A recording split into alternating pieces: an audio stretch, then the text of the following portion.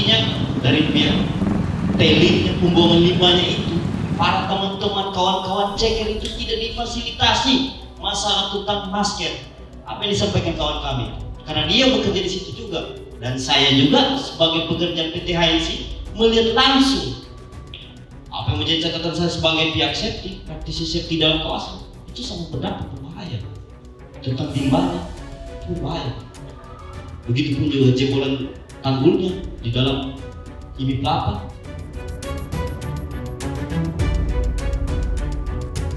Tiling ya Pak ya? Merahnya beda ya, bukannya or ya? Baunya pun bau kimia. Ini bau kimia Pak? Iya. Bapak kalau ngecek ke sini, baunya memang kayak gini terus Pak? Enggak. Enggak? Biasanya enggak gini baunya. Enggak gini? Iya. Baunya enggak gini biasanya. Enggak pernah warna gini airnya. Tunggulnya enggak gini. Tapi Bapak tahu nggak bahayanya tiling kalau masuk ke air? Bahayanya ya tahu bahayanya, tapi kita mau bilang apa? Apa kemampuan kita? Apa kemampuan kita itu?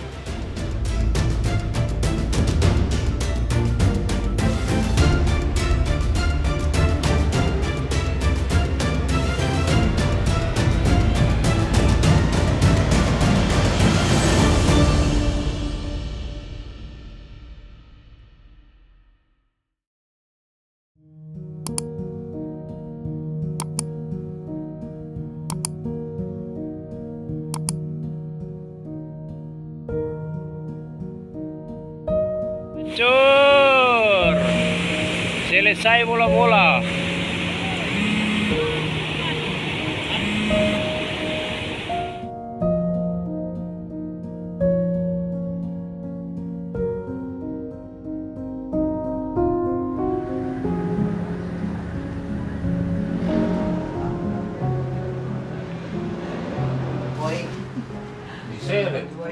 Saya kebetulan saat itu saya sedang off pada saat itu, tapi saya mendapatkan laporan di grup maupun di grup pihak Cina maupun pihak grup WA-nya kami, itu ada salah satu terjadi insiden pas terjadinya itu di hujan deras pada malam hari.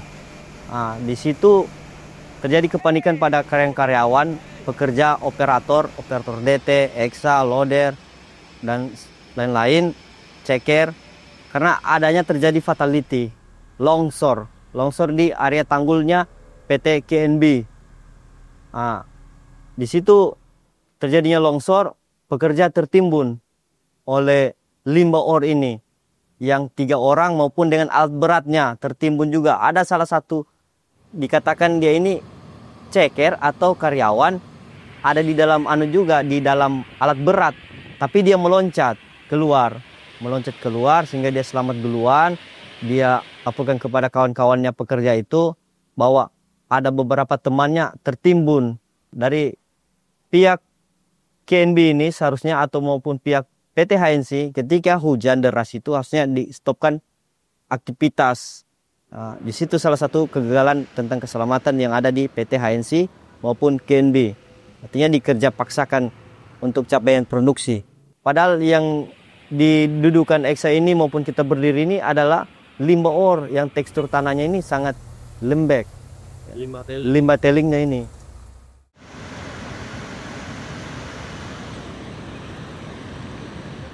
Cukup dekat sama gunung sama perbukitan gitu. CUMB dan HNC adalah 2 perusahaan yang beroperasi di kawasan industri nikel, dalam hal ini PT IMIP.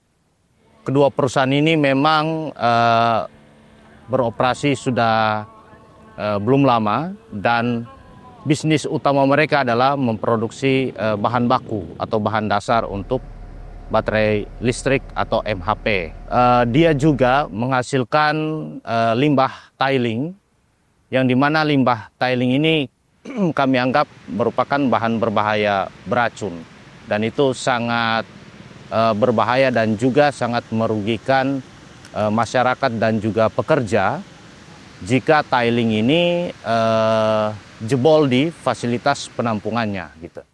Jadi bentuk tiling itu sendiri di kawasan IMIP itu adalah tiling kering yang justru dia disimpan di tempat-tempat yang sangat rawan itu bagi tiling itu sendiri. Apabila dia terkena air, apalagi kita tahu di Bahodopi curah hujan cukup tinggi, bahkan berdasarkan data dari BMKG, kami dapatkan data terhitung sejak bulan Maret saja itu ada 348 ml curah hujan yang ada di Bahodopi. Nah, jika itu terkena tiling, tiling itu bisa berubah menjadi bubur gitu.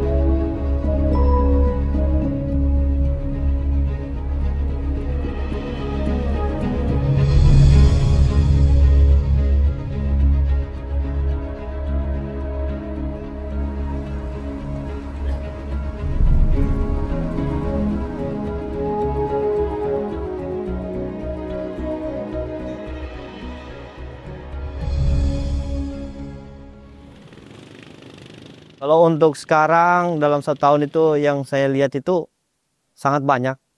Bisa per bulan bahkan atau gitu? Bisa per bulan, Ada. bisa per hari, Ada. di dalam kawasan atau di dalam PT HNC itu ada.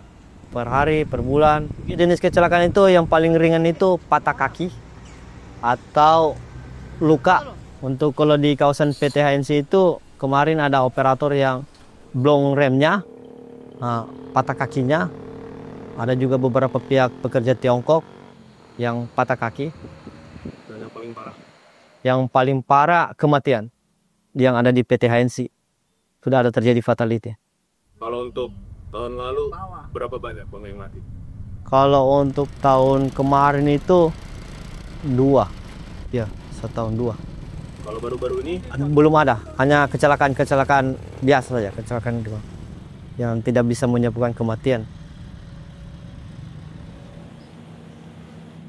I think obviously in Indonesia Morowali Industrial Park, something is not being done right because you have such an incredible accident rate, which has occurred in the past couple of years, but it's definitely accelerated in this year. March 16th of this year, you had liquefaction of the filter tailings storage facility by BTHYNC. It released tailings into the Bahodopi River. And into some of the industrial facilities along that river. March 21st, you had the collapse of the filter tailings storage facility by BTQMP. Buried 4 mine workers, 3 of them were killed. Okay, of course, we never want to see fatalities at a mine site or at a tailings storage facility. You had collapse of an ore stockpile on March 30th. You had another failure of a tailings storage facility on April 30th. There was an additional failure in May. Sorry, the dates escaped me. Okay, so that's quite a high accident rate. Okay, including fatalities. So obviously, this is not being done correctly.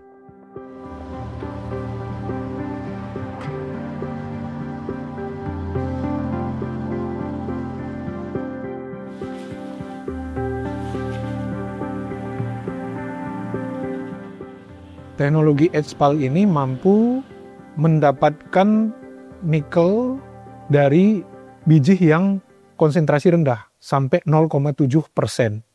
Jadi dari 1 ton biji yang dihasilkan hanya 0,7% yang menjadi nikel yang berharga, selebihnya itu akan menjadi limbah yang disebut dengan tiling. Secara volume per tahunnya itu beratnya itu 2 kali dari total sampah di Jakarta. Ini yang susah untuk kemudian disimpan di tempat penampungan di sana dari segi jumlah. Terus kedua, dari segi toksisitas atau zat-zat logam berat yang berbahaya buat lingkungan yang ini bisa tercuci ke wilayah sekitar, ke sungai-sungai yang ada di sekitar, ke pantai yang ada di sekitar dan berakumulasi.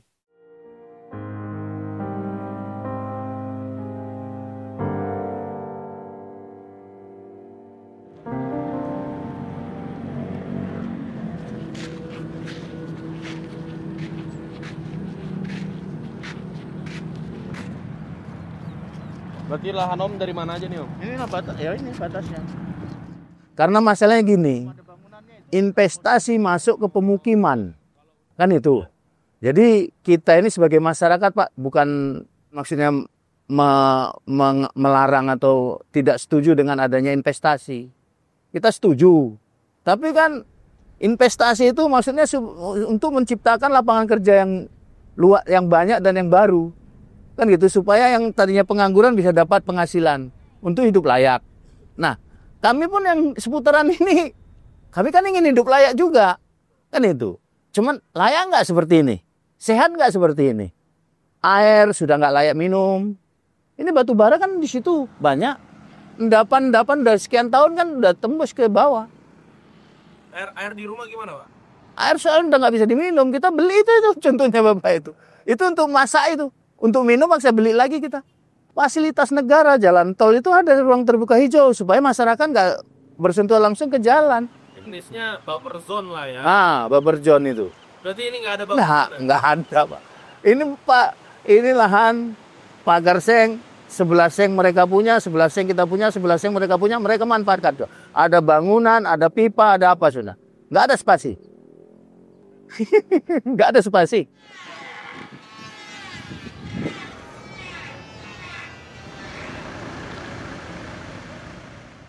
Jadi ketika ada aktivitas ekstraksi di hulu kan, ini semua sudah berubah. Warnanya sudah mulai merah, coklatan.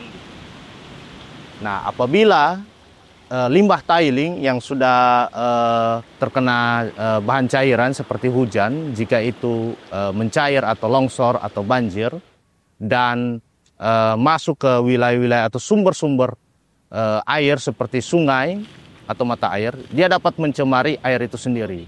Nah, jika dikonsumsi oleh masyarakat atau penduduk sekitar, itu bisa menyebabkan satu resiko kanker. Yang kedua adalah iritasi kulit atau gatal-gatal. Nah, sehingga sangat tidak direkomendasikan posisi fasilitas penyimpanan tiling itu dekat dengan pemukiman gitu. Sejauh pengamatan kami, pengelolaan mereka itu masih sangat buruk lah, atau jauh dari standar yang berlaku gitu. Terbukti pada bulan Maret, sekitar bulan Maret itu ada 2 kejadian.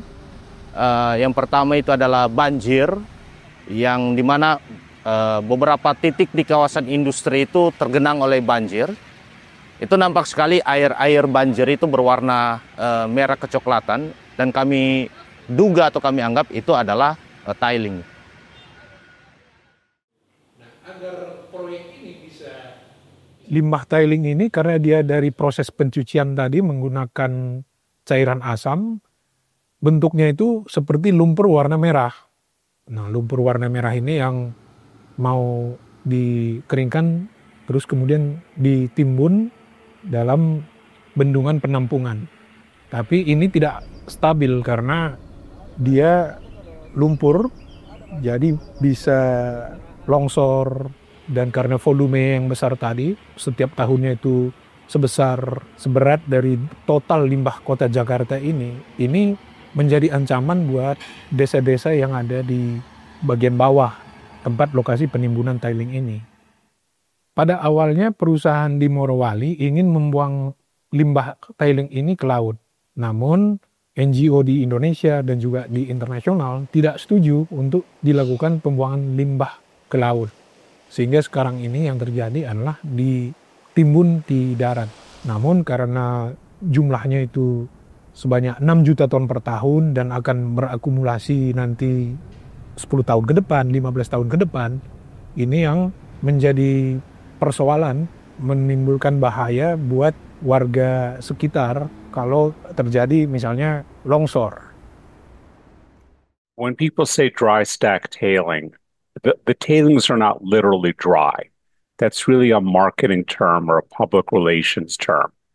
Okay, the tailings actually have a water content of 35%. So that is not, there's no universe in which 35% is dry. Okay, the technical term is filter tailings. So this should be called filter tailing stacks or filter tailing storage facilities. And that's what I'm going to say.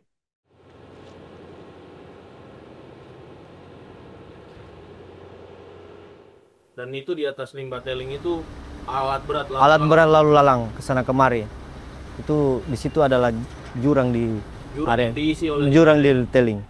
Masalah segi alat itu kadang alatnya juga kurang bagus di pandangan pihak safety karena di situ biasanya alatnya kurang bagus. Artinya ada komponen-komponen alat yang rusak tapi dipaksakan pakai. Untuk masalah area lokasinya itu tidak ada penerangan sama sekali. Hanya penerangan dilakukan oleh lampu-lampu.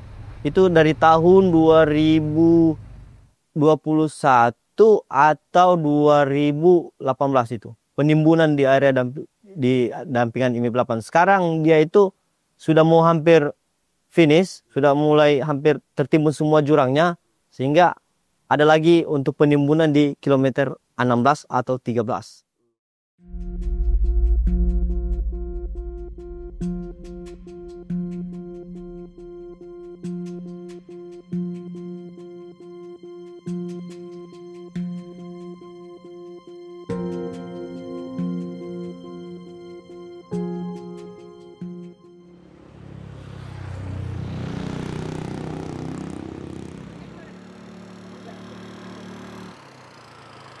Yang saya tuntut itu paling ya spasi, ruang terbuka hijau antara pemukiman lahan masyarakat dengan kawasan industri.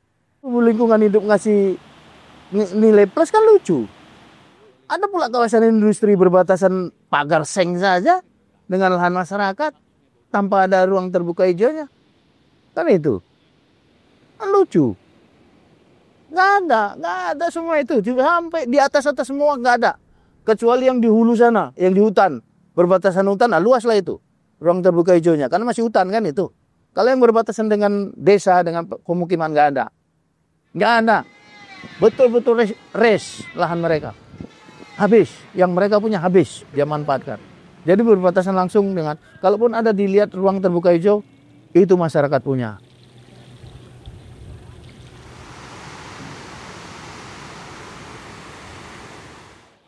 Kita mulai dari penempatan lokasinya saja. Dari lokasinya itu kan tidak jauh dari sungai besar atau masyarakat sini menyebutnya Sungai Bahodopi gitu. Nah jadi bisa dibayangkan kejadian kemarin itu kami mengkhawatirkan beberapa titik air di sini sudah tercemar oleh limbah tailing itu. Dan masyarakat otomatis sudah banyak mengkonsumsi air-air di sini. Baik itu untuk minum, untuk mandi dan lain sebagainya gitu. Nah, masalahnya adalah ketika kejadian pada bulan Maret itu berlangsung, mereka masih melakukan aktivitas serupa di lokasi longsor itu. Tidak ada perbaikan, tidak ada evaluasi yang serius. Bahkan dari pemerintah daerah sendiri atau Kabupaten Morowali itu sendiri itu tidak melakukan evaluasi terhadap wilayah-wilayah atau titik-titik yang menjadi tempat tercemarnya tailing itu sendiri. Nah, padahal kalau kita merujuk pada aturan yang berlaku, harusnya ada semacam badan independen yang menilai atau mengevaluasi kondisi tailing yang ada di PT HNC atau KMB itu. Ini malah tidak ada sama sekali. Malahan justru beberapa waktu setelah kejadian itu, PT IMIP mendapatkan proper biru. Nah, yang artinya kan proper biru ini menunjukkan PT IMIP telah melaksanakan semua regulasi, baik dari aspek HAM maupun lingkungan hidup. Nah, itu salah satu yang kami kritisi. Kenapa ketika tailing itu jebol, tidak ada laporan pasca kejadian tersebut. Justru yang ada malah IMIP mendapatkan penghargaan proper biru dari pemerintah Republik Indonesia.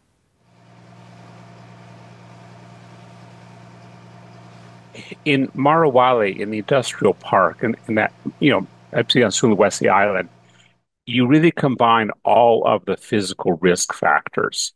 So this would be high precipitation, this would be high seismicity, high earthquakes, volcanic activity, landslides, soft volcanic soils that has weak foundations.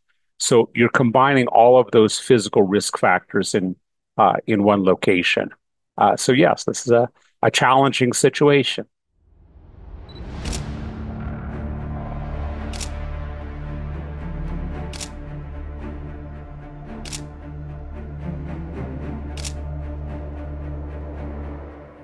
Bahaya dari tiling yang ditimbun di sana, satu itu tadi longsor.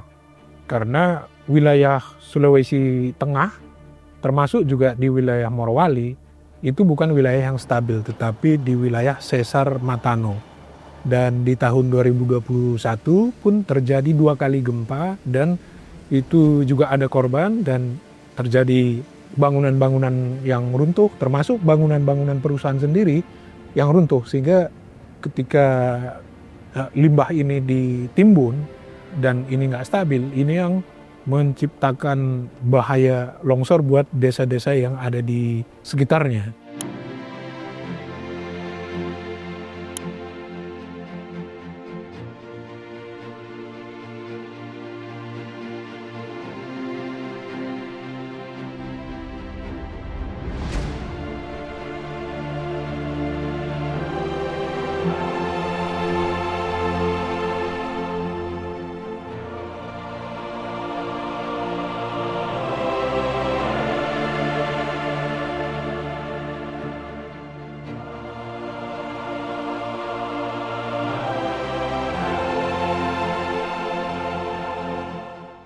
Ya, jadi karena risiko yang besar seperti risiko dam penampungan tiling yang longsor karena berada di kawasan rentan gempa, terus juga terjadi deforestasi dari penambangan, produksi nikel ini perlu dibatasi.